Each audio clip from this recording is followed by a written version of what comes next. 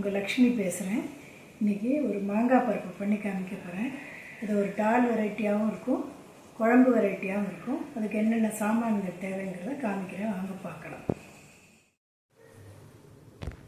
மாங்காய் பருப்புக்கு தேவையான சாமான்கள் வாங்க பார்க்கலாம். ஒரு மாங்காய் எடுத்து வச்சுருக்கேன். ஒரு சின்ன டம்ளரில் துவரம்பருப்பு வச்சுருக்கேன். அதே அளவுக்கு பைத்தம்பருப்பு எடுத்து வச்சுருக்கேன். 2 பச்சை மிளகாய் வச்சுருக்கேன். ஒரு சின்ன துண்டு இஞ்சி வச்சுருக்கேன்.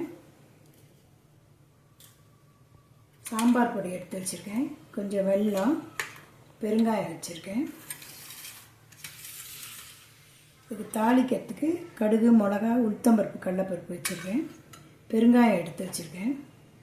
மஞ்சள் பொடி வச்சுருக்கேன். உப்பு வச்சுருக்கேன். எண்ணெய் எடுத்து வச்சுருக்கேன். புளி ஒரு சின்ன அளவு எடுத்து வச்சுருக்கேன். மாங்காய் புளிப்பாக இருந்ததுன்னா வேண்டாம், மாங்காய் புளிப்பு இல்லைன்னா போட்டுக்கலாம். இது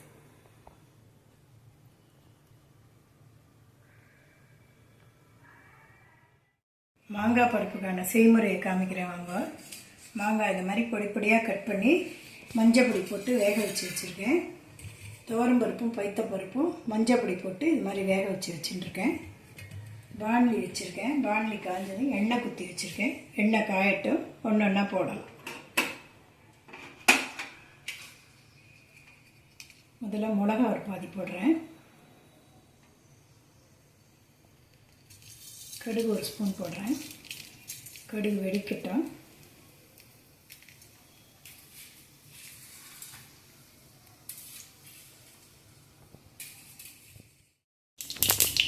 எண்ணெய் வச்சு கடுகு போட்டிருக்கேன். ஒரு சின்ன மிளகா போட்டிருக்கேன்.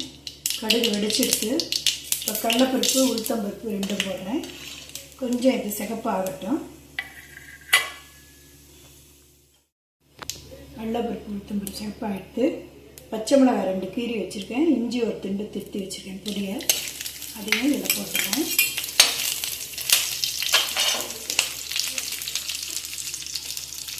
கருவேப்பிலை கொஞ்சம் போடுறேன்.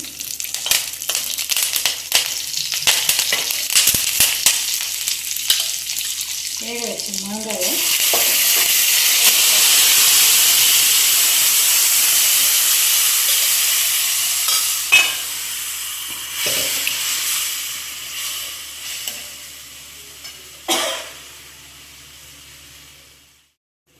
மாங்காய் ஒரே ஒரு கொதி வந்ததுக்கப்புறம் இதுக்கு 2 ஸ்பூன் சாம்பார் பொடி போடுறேன்.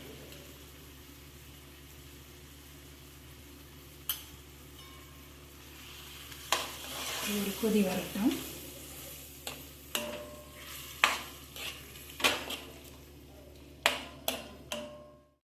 சாம்பார் பொடி பச்சை வாசனை போயிட்டு கொதிக்கிறது.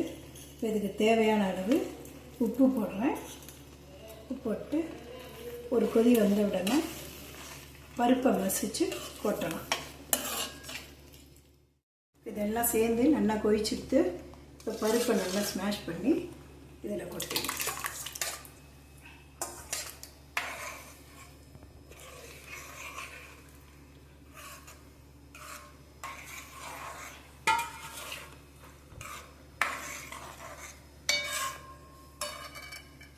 கடைசியில் கொஞ்சோண்டு வெல்லம் போடுறேன்.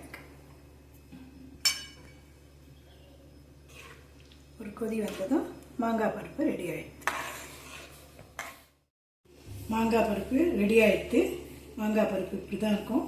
நல்லா கொதிச்செடுத்து புளிப்பு மாங்காயாக இருந்தால் புளி குத்திக்க வேண்டாம். புளிப்பு வேணுங்கிறவளாக இருந்தால் இந்த தாளித்த உடனே புளியை நீர்க்க கரைச்சி குத்திட்டு அதுக்கப்புறம் மேலே சாமான்கள்லாம் போடுவோம். அப்படி வேண்டானாக்கா விட்டுடலாம். கொத்தமல்லி வேணுங்கிறவா பொடியாக நறுக்கி போட்டுக்கலாம் லாஸ்ட்டில். உங்களுக்கு இதே மாதிரி வேணும்னா இப்படியே பண்ணிக்கலாம். இப்போ இல்லைன்னா நீர்க்க வேணும்னா கொஞ்சம் ஜலம் விட்டுக்கலாம். நீங்களும் இதே மாதிரி பண்ணி பார்த்துட்டு கமெண்ட்ஸ் பண்ணுங்கள், லைக் பண்ணுங்கள், ஷேர் பண்ணுங்கள், சப்ஸ்கிரைப் பண்ணுங்கள். மறுபடியும் வேறு வீடியோவில் சந்திக்கலாம். நமஸ்காரம்.